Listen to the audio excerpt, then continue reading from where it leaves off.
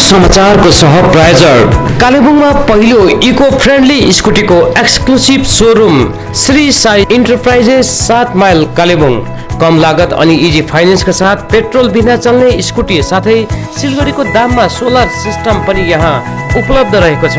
City University, Firozpur Road, Ludhiana, a university of modern times. Career begins here. Approved by UGC. Indian institute of legal studies Siliguri, यहाँ वर्ष 2021-17 को भर्ना चलिरहेको छ। ABJ tutorials Kota Kalimpong centre विद्यार्थीहरूलाई competitive इक्जामको निम्ति सम्पूर्ण तयार पार्ने राजस्थान कोटाको राष्ट्रिय स्तरको शैक्षिक संस्थान।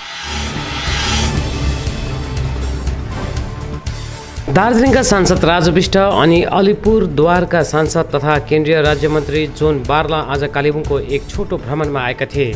उनीहरूसित दार्जिलिङका विधायक निरज जिम्बा पनि सामेल थिए। सांसद, मन्त्री अनि विधायकको टोलीले कालेबुङमा दिवंगत स्वतन्त्रता सेनानी, शहीदहरू अनि नेपाली साहित्यकारहरूलाई खादा, पुष्पगुच्छ इत्यादि चढाउँदै श्रद्धाञ्जली अर्पण गरे। देशको 75औं स्वतन्त्रता दिवस भर्खरै सकिएको छ भने सांसद अनि मन्त्रीको टोली केही ढिलै गरेर भए पनि कालेबुङमा आई पहाडका यी दिवंगत वीरहरूलाई श्रद्धा सुमन अर्पण गर्न आज कालेबुङ आएका थिए। टोलीले सर्वप्रथम कालेबुङ शहरको प्रवेशद्वार स्थित नोभेल्टी परिसरमा रहेको स्वतन्त्रता सेनानी तथा पहाडी गान्धी जङ्गवीर सापकोटाको शालिगमा श्रद्धा सुमन अर्पण गरेका थिए भने त्यसपछि त्रिकोण पार्कमा राखिएका स्वतन्त्रता सेनानीका स्मारक स्थल, साहित्यकार अगम सिंह गिरी, शहीद दलबहादुर गिरी अनि आदिकवि भानुभक्त आचार्यको शालिगमा पुष्प अर्पण गर्दै श्रद्धाञ्जली चढाए। यसरी नै मेन रोडबाट हिँडेर टोलीले डम्बर चौकसम्म पुगी गोर्खा लिग संस्थापक बाबु डम्बर सिंह गुरुङको शालिगमा पनि खादा, माला एवं पुष्पगुच्छ अर्पण गरी श्रद्धाञ्जली अर्पण गरे। त्यसपछि रिङकिङपोङ रोड स्थित कारगिल शहीद रोशन राईको शालिगमा पनि पुगी सांसद अनि मन्त्रीको टोलीले शहीदलाई श्रद्धाञ्जली अर्पण गरे। यस अवसरमा शहीदका पिता लगायत अभिभावकलाई सांसद विष्ट अनि मन्त्री जोन बारलाद्वारा खादा एवं दोसल्ला प्रदान गरी सम्मान जनाए। पछि यहाँको एउटा होटलमा पत्रकारहरूलाई सम्बोधन गर्दै मन्त्री जोन बारला अनि सांसद राजु विष्टले वर्तमान केन्द्र सरकारले सारा उत्तर बङ्गाल अनि पहाडको निम्ति धेरै कार्यहरू गरिरहेको बताए।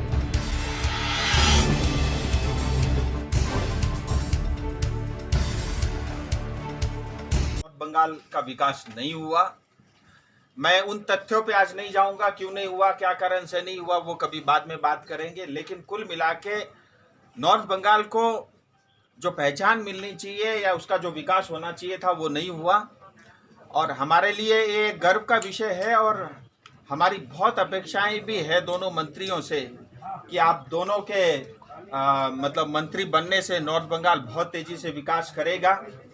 और जैसे ही वो मंत्री पद का उन्होंने शपथ लिया, उसके बाद पार्लियामेंट था और पार्लियामेंट के तुरंत बाद हम सब लोग अपने क्षेत्र में आए हैं। और जोन बारला जी का मैं विशेष आभारी हूँ कि उन्होंने जो है सबसे पहले धरती में जो है पैर रखने का काम फ्लाइट से उतरते दार्जिलिंग की धरती को किया, इसलिए भी मैं विशेष आभार उनका व्यक्त करता हूँ। और ये एक जन आशीर्वाद कार्यक्रम है। हम जनता के बीच गांव में, शहरों में जा कर के जनता को धन्यवाद करना चाहते हैं कि आपने भारतीय जनता पार्टी नरेंद्र भाई मोदी जी के ऊपर में विश्वास रखा। उस विश्वास से ही जो है मोदी जी की दूसरी बार सरकार बनी और 21 में भी यहाँ की जनता ने बहुत सहयोग किया। उसके लिए हम उन सबको धन्यवाद भी कहने के लिए आए हैं। और उसके अलावा जो है आप देखेंगे हम 75वें स्वतंत्रता दिवस मना रहे हैं, यानी पूरा भारत एक अमृत महोत्सव मना रहा है। अमृत महोत्सव क्योंकि 75 साल भारत को आज़ादी के हो रहे हैं और इस आज़ादी पाने के लिए हजारों लाखों लोगों ने अपनी त्याग, तपस्या, बलिदान और कुर्बानी दी है। हमें बहुत गर्व होता है। बिंग ए गोरखा भी मुझे बहुत अपने आप को गर्व महसूस होता है कि जंगवीर सापकोटा और जो है ऐसे हमारे स्वतंत्रता सेनानी हुए दल बहादुर गिरी जी और मतलब उन सब के त्याग, तपस्या, बलिदान की वजह से आज हमको ये आज़ादी मिली है। पूरे साल भर हम इस जो यहाँ आएर यो शहीद सम्मान यात्रामा हाम्रो वीर पुरुष शहीदलाई सम्मान गर्नुको लागि मलाई यो जो आएर मैले गरेँ, मलाई साह्रै नै आनन्द मैले पाएँ। र मलाई यही भन्नु छ, भारत सरकारले हामीलाई दायित्व दिएको छ। इतिहासमा पहिलोपल्ट नर्थ बेङ्गल भनौँ, पहिलोपल्ट नै यो दायित्व पाएको छु र धेरै डुवर्स र तराईको र पहाडको जनताले आशीर्वाद दिएको छ। 2019मा पनि दिएको छ, 2021मा पनि दिनुभयो। म यही चाहन्छु, जति पनि केन्द्र सरकारको योजनाहरू छ, हुनु त बहुत पहिला हुनु काम थियो, तर वर्तमान सरकारले बहुतवटा बाधा गर्दैछ। त्यसको कारणले हामी यो व्यवस्थाहरू पुर्याउन सकेको छैन। तर हामी लागि परेका छौँ। दुई भाइ हामी धेरै समस्या छ। पहाड डुवर्स तराईको, चाहे चाय बगानको मजदुर भनौँ, चाहे सिन्कोनाको भनौँ, यो क्षेत्रमा बसोबास गरौँ। हाम्रो हमेसा केन्द्रबाट धेरै कुरो पाउने चिजहरू हामीले पाएका छैन र हाम्रो जुन दायित्व दिएको छ अहिले मलाई यही काम गर्नु छ। यो क्षेत्रमा जति पनि भारत सरकारले योजना बनाएको छ त्यो घर घर पुगाउने नै हाम्रो उद्देश्य छ। र आज यत्रो ठुलो दायित्व पनि दिएको छ माइनोरिटी कमिटी। यहाँ हाम्रो बुद्धिस्टहरू भाइहरू छ, हाम्रो क्रिस्चियन भाइहरू छ, मुस्लिम भाइहरू छ, फारसीहरू छ, जैनहरू छ, धेरै। तर केन्द्र सरकारले बनाइरहेछ योजना, तर यो योजना जुन प्रकारका अवेरनेस क्याम्प हुनु पर्यो, जनता निरी जानु पर्थ्यो, योजना घर घर तक पुग्नु पर्थ्यो। तर यो केन्द्र सरकारको जो अलगै जो योजना छ त्यो योजना पनि हामीले पाएका छैनौँ। र हाम्रो उद्देश्य छ यो क्षेत्रको विकास गर्नको लागि। त्यस कारणले हामीले पहिलोपल्ट जुन हाम्रो प्रधानमन्त्रीले आशीर्वाद दिएको छ त्यो लिएर नै हामी आज आएको छौँ। र भोलिको दिनमा यहाँको जति पनि समुदाय छ सबै मिलेर केन्द्र सरकारको जति पनि योजनाहरू छ, यो योजना हामी आजको दिनमा हामी आमा बाउको भरोसामा मात्रै आफ्नो छोराछोरीलाई पढाउनु लेखाउनुमा भरोसा गर्छौँ। तर केन्द्र सरकार, राज्य सरकारले बहुत कुरो गर्नुपर्छ, तर केन्द्र सरकारले पनि चाहँदैछ कि केही गरौँ भनेर। तर राज्य सरकारले कहीँ जग्गा कोअपरेसन गरेछ, आज थोप्नेवाला काम गर्दैछ, जबरजस्ती बङ्गलामा थोप्ने, यस्तो धेरै कुरो छ। भन्नु त धेरै कुरो थियो, तर आज पहिलोपल्ट तपाईँहरू भेट भयो। म यही भन्न चाहन्छु, केन्द्र सरकारले धेरै यो योजनाहरू बनाइछ। यो भोलिको दिनमा हामी दुई भाइ, हाम्रो यहाँ निरज जिम्बा पनि छ। केन्द्र भोलिको दिनमा हामी केन्द्र सरकारसित बसेर, हाम्रो पुरा टिम बसेर, यहाँ जति एमएलए छ, जति एमपी छ, सबै बसेर हाम्रो नर्थ बेङ्गललाई कसरी डेभलपमेन्ट, धेरै कुरा छ, कतिवटा यहाँ म त्यो कुराहरू भन्नु सक्दिनँ। भोलिको दिनमा हाम्रो त्रिपक्ष वार्ता पनि हुनेवाला छ, हैन। दुई भाइ मिलेर हामी जति सक्दो यहाँको समस्या लिएर हामी हर समय संसदमा कुराहरू उठाइराखेको छौँ। भोलिको दिन अवश्य नै हाम्रो यो समस्याको समाधान हाम्रो प्रधानमन्त्रीका हातबाट नै हुन्छ। और मलाई लाग्दैन वर्तमान सरकारले हाम्रो यहाँको समस्या समाधान गर्न सक्छ। र यही आशा र भरोसा छ हाम्रो प्रधानमन्त्री नरेन्द्र मोदीले नै हाम्रो आशा र पुरा गर्न सक्छ, यही विश्वासको। जहाँ जहाँ पुर्याउनु थियो हामीले पुर्याउनु, समयको इन्तजार गर्नुपर्छ, धीरज गर्नुपर्छ। जब जुन वादा हाम्रो बीजेपी सरकार एवं प्रधानमन्त्रीले जुन वादा गर्छ, हाम्रो गृहमन्त्री जुन वादा गरेछ, जुन वादा गरेको छ, मेनिफेस्टोमा ल्याएको छ, त्यो वादा पुरा भएको छ। बस हामीलाई धीरज राख्नुपर्छ, इन्तजार गर्नुपर्छ। अवश्य एक दिन न एक दिन हाम्रो लक्ष्य कहिलेसम्म यो त कुनै गोर्खाहरूको लागि लेखेको मेनिफेस्टो कुरा के कुरा हो बताइदिनुहोस्। समय आउँछ, त्यसको लागि समय आउँछ। हामी अवश्य नै लागि परेको छौँ। हामी संसदमा गएर त पछाडि जति पनि यति बेला संसद पठाएको थियौँ, सबै पछाडि गएर सुत्नु मात्रै चाहन्छ। तर हामी त जति पनि समय पाए पनि कुनै मन्त्रीसित भएछ चाहे प्रधानमन्त्री भनौँ राष्ट्रपति भनौँ हामी लागिपरेको छौँ।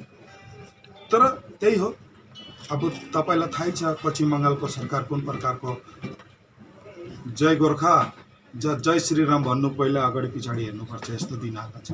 मतलब आजादीको दिन पता नै हामी यो देशमा आजाद छु कि छैन जस्तो पनि लाग्छ कहिले कहिले।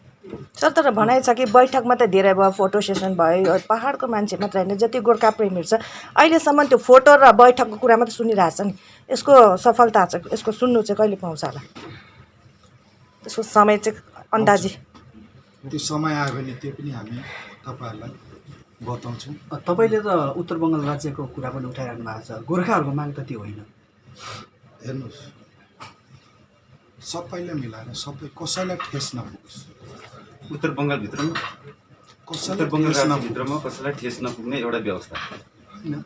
हेर समय आओस् म अवश्य नै तपाईँहरूले म कुरा गर्छु। भनेपछि धेरै समय लाग्ने छ क्या सर?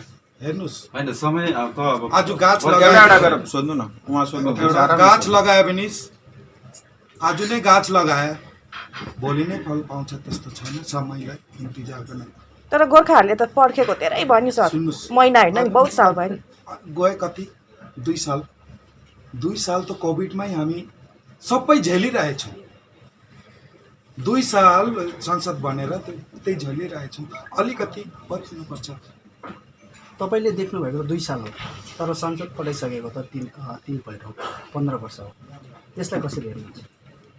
हेर्नुहोस्, सबै समयले बताउँछ। आज काश्मीरको समस्याको समाधान भयो कि भएन, बस धीरज राख्नुपर्छ। जुन चिज हामीले सोचेको थिएन त्यो चिज पुरा भयो, प्रधानमन्त्रीले जुन कुरा भनेको थियो त्यो पुरा भयो। समय इन्तजार गर्नुपर्छ, समयअनुसार कहिल्यै फल लाग्दैन। समय आओस्। पश्चिम बङ्गालको परिस्थिति अहिले ठिक छैन। तपाईँले नि मन्त्री हुनुभन्दा अगाडि उत्तर बङ्गाल राज्यको कुरा गर्नुभएको थियो, अहिले पनि तपाईँको स्ट्यान्ड चाहिँ उत्तर बङ्गाल अलग हुनुपर्छ। अनि समय आयो भने सबै बताइन्छ। त्यो समय कहिले आउँछ? आउँछ, छिटोभन्दा छिटो। माग्ने मान्छे नै कन्फ्युजमा देखिन्छ नि। जनता समयको भरमा समय आउँछ।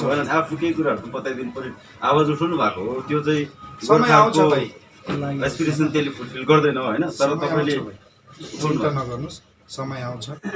अच्छा ठिक छ, राजु विष्टजीले बताइदिनुहोस् न, तपाईँ एकजना उत्तर बङ्गाल राज्यको माग गर्ने है, अर्को चाहिँ पहिले तपाईँको प्रश्न ठिक गर्नु कि मैले कहिल्यै पनि बङ्गालभित्रको पिपिएस व्यवस्था भनेको छुइनँ। तपाईँहरूको शान्तन बसुले भर्खरै हिजो भनेर गएको उहाँले भनेको होइन, त्यो तपाईँको गोजीको क्वेसन नसोध्नुहोस्। आरामसे one by one। तपाईँको होइन, मैले भन्नुपर्छ तपाईँको पर्सनल, तपाईँको के छ भने रिपोर्टर जस्तै भएर बात गर्नुहोस्, रिपोर्टर जस्तो गर्नुहोस्। निरज हामी त रिपोर्टर होइन, तपाईँलाई भनेको होइन, तपाईँ र तपाईँको टिमलाई भनेको हेर्नुहोस्। तपाईँलाई सोधेको छैन होइन, म भन्छु तर I am allowed to say. तपाईँको व्यक्तिगत विचार तपाईँसँग राख्नुहोस्। तपाईँको टिभी च्यानलमा गएर राति बोल्नुहोस्, तपाईँको राति तपाईँको टिभी च्यानलमा बोल्नुहोस्, तर यहाँनिर मन्त्रीको छेउमा एमपीको छेउमा त्यो मर्यादा राख्नुहोस्। बाँच्छु, तपाईँले त आफ्नो ओपिनियन बनाइहाल्नुहुन्छ त। राति तपाईँले आफ्नो ओपिनियन बनाए किन सोध्नु हुँदैन? उहाँले जे भनेको कुराको विपरीतमा तपाईँले आफ्नो ओपिनियन होइन, एउटा मर्यादा हुन्छ प्रेसको पनि। स्वतन्त्र हो। तपाईँले कसरी उहाँलाई सोध्नुभयो बङ्गालभित्रको पिपिएस भनेर? तपाईँको त्यो personal opinion, keep it in a pocket. तपाईँले you keep it in a pocket. अच्छा सुन्नुहोस्, मेरो चाहिँ के भनाइ छ भने तपाईँलाई सोध्नु पर्दैन। तपाईँ जस्तो पत्रकारलाई मेरो औकात होइन तपाईँलाई जवाब छैन। तपाईँको त्यो लोभी नजरहरू कहाँ छ हामीलाई थाहा छैन। पत्रकार सम्मेलन गर्दैछ, तपाईँ दुईजना एकै टिम हो, दुईजना अरू राम्रो पत्रकार छ भाइ। एउटै कुरा किन मिनिस्टरलाई पोक गर्छ? Why are you heckling him? किन you are heckling him? One question cannot be repeated by your team several times. एउटा डिसिप्लिनमा बस्छ। चलो म राखिदिन्छु ल। उहाँले राम्रो एकदम मिठो जवाब दिनुभयो ज्योतिले पनि। होइन, पत्रकार भनेको स्वतन्त्र हो, आफ्नो आफ्नो तपाईँले मनको कुरा, जनताको कुरा प्रश्न सोध्न पनि सक्नुहुन्छ, तपाईँको अधिकार हो। अब तपाईँहरू सबैलाई थाहा भएको कुरो हो, हिजो अस्ति मात्रै हामीहरू सबै म स्वयं पनि उपस्थित थिएँ, हामीहरूका सबै विधायकगण र लगायत हामीहरूका सबै एलायन्स पार्टीका साथीहरू गृहमन्त्रीजीलाई हामीहरूको भेटघाट भयो। अब यसमा पनि तपाईँहरूको प्रश्न छ, भेटघाट त पहिले पनि भएको, फोटो त पहिले पनि खिचेको भन्ने धेरै कुरा हो, ओभियसली त म बुझ्छु। तर जे होस् यो पालिको बैठक अलिक भिन्नै थियो भन्न मलाई लाग्छ है। अब त्यो त आउँदा दिनमा के रिजल्ट हुन्छ त्यसले बताउँछ। र भए पनि गृहमन्त्रीजीले स्पष्ट रूपमा यो 2-3वटा कुरा हामीहरूलाई बताउनु भएको छ। एउटा त 12 तारिक हाम्रो इन्भिटेसन पठाउँछु भन्नुभएको थियो, ओभियसली 12 भएन, किन भन्दा यो 15 अगस्तले गर्दा 2-4 दिन अफिस बन्द हुनले पनि हुनसक्छ। अर्को सेप्टेम्बरको फर्स्ट विक सेकेन्ड विकतिर नै ट्राइपेटाइड टोक स्टार्ट हुन्छ। तेस्रो यो अफिसियल ट्राइपेटाइड टोक हुन्छ, स्टेट गभर्मेन्टलाई पनि उहाँहरूले इन्भिटेसन पठाउनु हुनेछ, स्टेक होल्डर र साथै केन्द्र सरकार हामीहरू बसेर। हेर्नुहोस्, नबसिकन त केही पनि हुँदैन। अब तपाईँहरूको प्रश्न म आफै सोधेर उत्तर पनि आफै दिन्छु। तपाईँहरू सोध्नुहुन्छ 370 का लागि बैठक भएन, 35 लाई बैठक भएन, अरू फलाना ढिम्काना हुँदा बैठक भएन। हेर्नुहोस्, यो फेडरल स्ट्रक्चरमा त्यस्ता धेरै कुराहरू हुन्छन्। तर भए पनि आज दार्जिलिङको स्थिति र जम्मू काश्मीरको स्थिति समान होइन। मतलब हामीहरू दुईटैमा एउटै समस्या होइन, अर्कै प्रकारको समस्याहरू हुन्, तर माग एउटै हो ओभियसली। अनि त्यतिखेर अब के थियो भने तपाईँहरूलाई पनि थाहा भएको कुरो, त्यहाँ गभर्नर रुल थियो है। गभर्नर रुल हुँदा जे होस् केन्द्रकै त्यहाँनिर मतलब चल्थ्यो। यता अरू जग्गा पनि बोरोल्यान्डको समस्याको समाधान हुँदा पनि त्यहाँ भारतीय जनता पार्टीकै सरकार थियो। ब्रू रियाङको समस्याको समाधान गर्दा पनि भारतीय जनता पार्टीकै सरकार थियो। तर फेडरल स्ट्रक्चरमा आज अगर यहाँको जनताले, हामीहरू सबैले पत्रकार ज्यादा त सबै हामीहरू गोर्खा छौँ, हामीहरूले गोर्खाल्यान्ड चाहियो भने खुसी खुसी आफै गर्दा भोलि त्यहाँ बङ्गालमा त्यहाँ देशमै आगो लाग्छ। यो कुरालाई पनि हामीहरूले बुझ्नुपर्छ। र जब गृहमन्त्री भारतको आज सबैभन्दा भारत सरकारको मन्त्रालयमा सक्षम पनि ताकतवर पनि गृह मन्त्रालयले अगर हामीहरूलाई केही कुरा भन्नुभएको छ भने जनतामा यतिकै हावा त बोलेको होइन हामीहरूले, किन भन्दा 1 महिना बादमा त त्यो त प्रमाणित हुने कुरा हो। त्यही भएर मलाई मेरो त्यही भनाइ छ। तपाईँहरूको मार्फत पनि जनतालाई यही सम्बोधन गर्न चाहन्छु, हामीहरूले प्रतीक्षा गर्नुपर्छ। हेर्नुहोस्, आज सुन्नु, अरू विकल्प पनि त छैन हामीहरूसँग। ममताले दिन्छ भने भन्नुहोस्, म भोट दिउँला ममता दिदीलाई। तर बङ्गालले त आज सुबुन हामीहरूलाई विनाशकारी स्थिति सुबुन ल्याउने त पश्चिम बङ्गालकै सरकार हो, चाहे ममताको सरकार हो चाहे सिपिएमको सरकार हो। उनीहरूले त दिने होइन, पाउने पनि केन्द्र सरकार हो, दिन्छ भन्ने एउटा अपेक्षा राख्यो भने केन्द्र सरकार हो। त्यही भएर म यति नै भन्न चाहन्छु, अहिलेको समयमा हामीले अलिकति प्रतीक्षा गर्नुपर्छ। पत्रचार पनि 2-4 दिनमा हुन्छ होला। अब सितम्बर आइहाल्यो, अहिले अगस्त 15-17 तारिक भइहाल्यो, अनि वार्ता सुरु हुन दिनु। अब क्रमशः के हुँदै जान्छ, जे बोल्न सकिन्छ प्रेसमा बोल्दै जाउँला। त्रिपक्षीय बैठक चाहिँ के विषयमा थियो? हेर्नुहोस्, त्यही त्रिपक्षीय बैठक भनेको स्थायी राजनीतिक समाधानका लागि हो।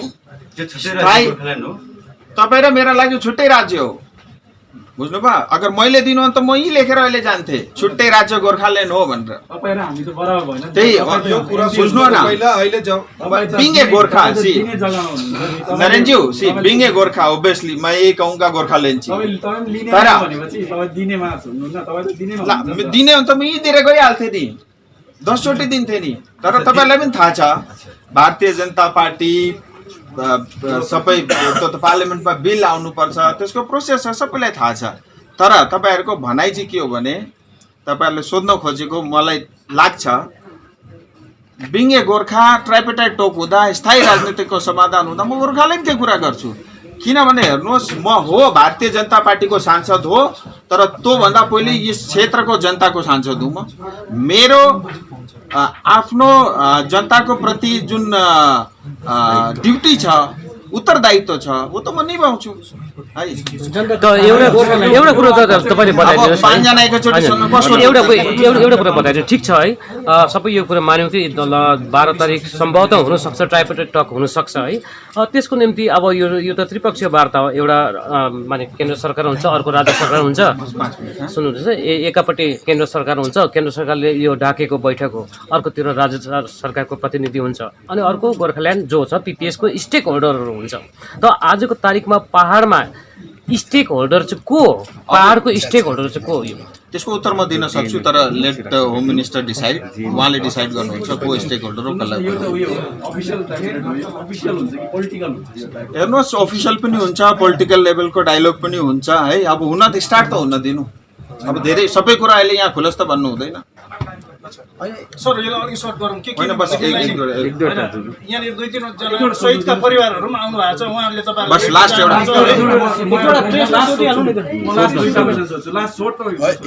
एउटा एउटा क्वेसन अब पिपिएस तपाईँले भनिहाल्नुभयो मेरो लागि एज अ गोर्खा हो भने गोर्खा नि भन्नुभयो, तर अब तपाईँले काइन्डली एज अ भाजपा र एज अ एमपी बोल अलिक भनिदिनुहोस्, पिपिएस चाहिँ बङ्गाल विभाजन गरेर हुन्छ कि बङ्गालभित्रै हुन्छ? नरेन्द्र, हेर्नुहोस्, हामीहरू के सोच्छौँ, मेरो चाहिँ राम्रो होस् तर अर्काको चाहिँ थर्ड क्लास होस् भनेर सोच राख्नु हुँदैन। मेरो पनि उन्नति होस्, अर्कोको पनि उन्नति होस् न, त्यसमा हामीहरूलाई के दिक्कत छ? त्यसमा त केही समस्या छैन नि हामीहरूलाई। त्यतातिर नजाउँ, म त्यही भन्दैछु। हेर्नुहोस्, प्राइभेटाइज टोकमा डिसाइड हुने कुरा यहाँ प्रेसमा बसेर हामीले कसरी भन्नु? भरे यहीँ आजैदेखि विभाजन लगाइसक्नु छ। तपाईँले त भन्नुभयो त, स्पष्ट भन्नुभयो त यो बङ्गालभित्रकै व्यवस्था हो भनेर। तपाईँले त अघि तोकिसक्नु भयो। अब त प्रश्न पुछ्ने कारणै रहेन तपाईँले प्रश्न गरेर। एक लास्ट त्यसो भने यो समाधान चाहिँ पिपिएस चाहिँ तराई डुवर्सको हुन्छ कि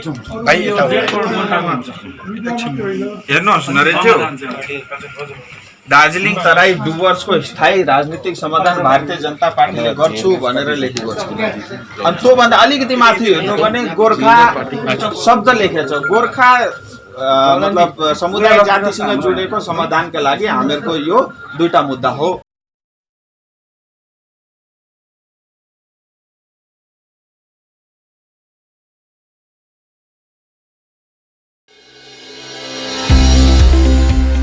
कालेबुङमा आइपुग्यो इको फ्रेन्डली स्कुटी। हजुर, पेट्रोल बिनै चल्ने अनि कुनै धुवाँ साउन्ड तथा हल्ला बिनै चल्ने इको फ्रेन्डली स्कुटी लिएर आएको छ श्री साई इन्टरप्राइजेस सोरुमले।